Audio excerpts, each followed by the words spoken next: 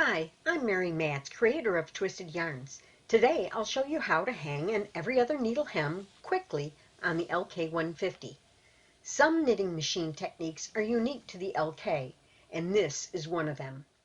That is because the cast-on comb is the star of this technique, and the LK cast-on comb is significantly different than those of other flatbed knitting machines. You will also need a rod to assist in the process. This rod is 1/4 inch in diameter and 3 feet long. It was available at the local hardware store for under $5. Okay, I'm bringing my needles out, every other needle, to work or upper work position, no big deal. And I'm going from 36 over here down to 35 on the left. The other ones will come up in a minute. So now I'm going to give myself a little bit of yarn tail here.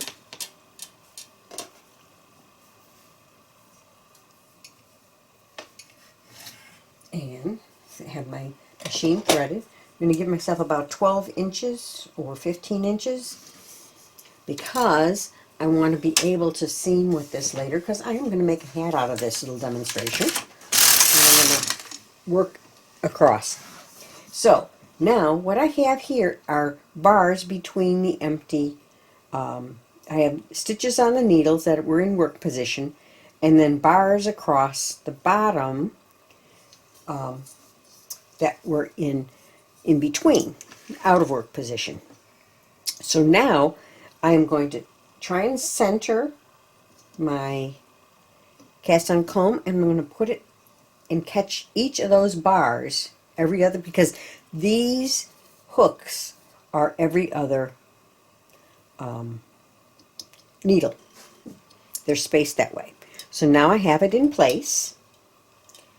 Okay, I'm going to up my tension two notches, two full sizes rather, not just notches, and I'm going to pull the other needles that were out of work in between. So now I have 36 on both ends. So I have 72 stitches all together.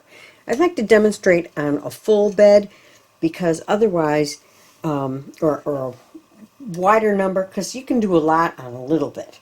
But when you get to the wider, sometimes it gets trickier. Okay, I'm going to come across. Ah, there they are. There they're knitting. Now, my yarn is still a little bit tight, so I'm going to pull some out. There we go. Okay, and then I'm going to make sure I have enough tension on this, and I'm going to put a little more weight on the ends. And the reason I'm doing that is I do not want, oops, that one won't go on. I can put it over here though. They have little slits on this. This is what's an interesting, on these bars, they have little holes in here.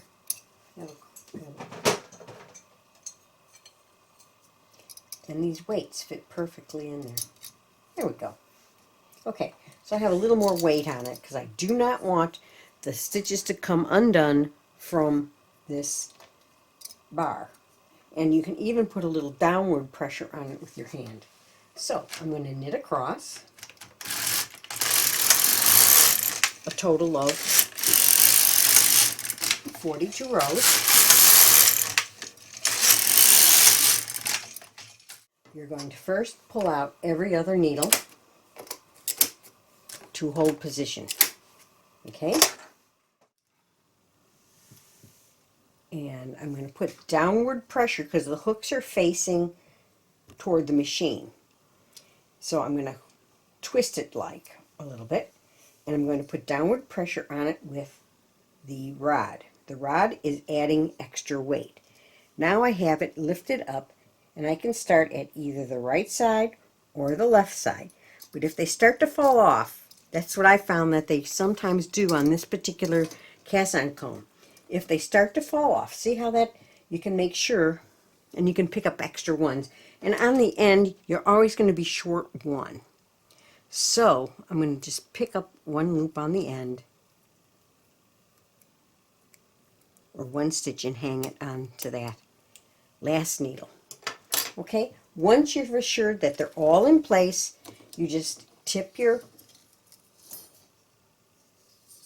cast-on comb and drop the stitches onto the needles. Now this is important that they stay back. And so I'm going to keep my hand guard here because otherwise you could get some of them falling off.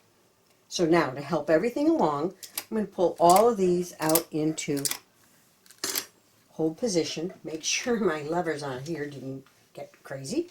And I'm going to put some downward pressure on it and knit across. And if you could see, I just hung the hem. And then I'm going to continue knitting for another 20 rows.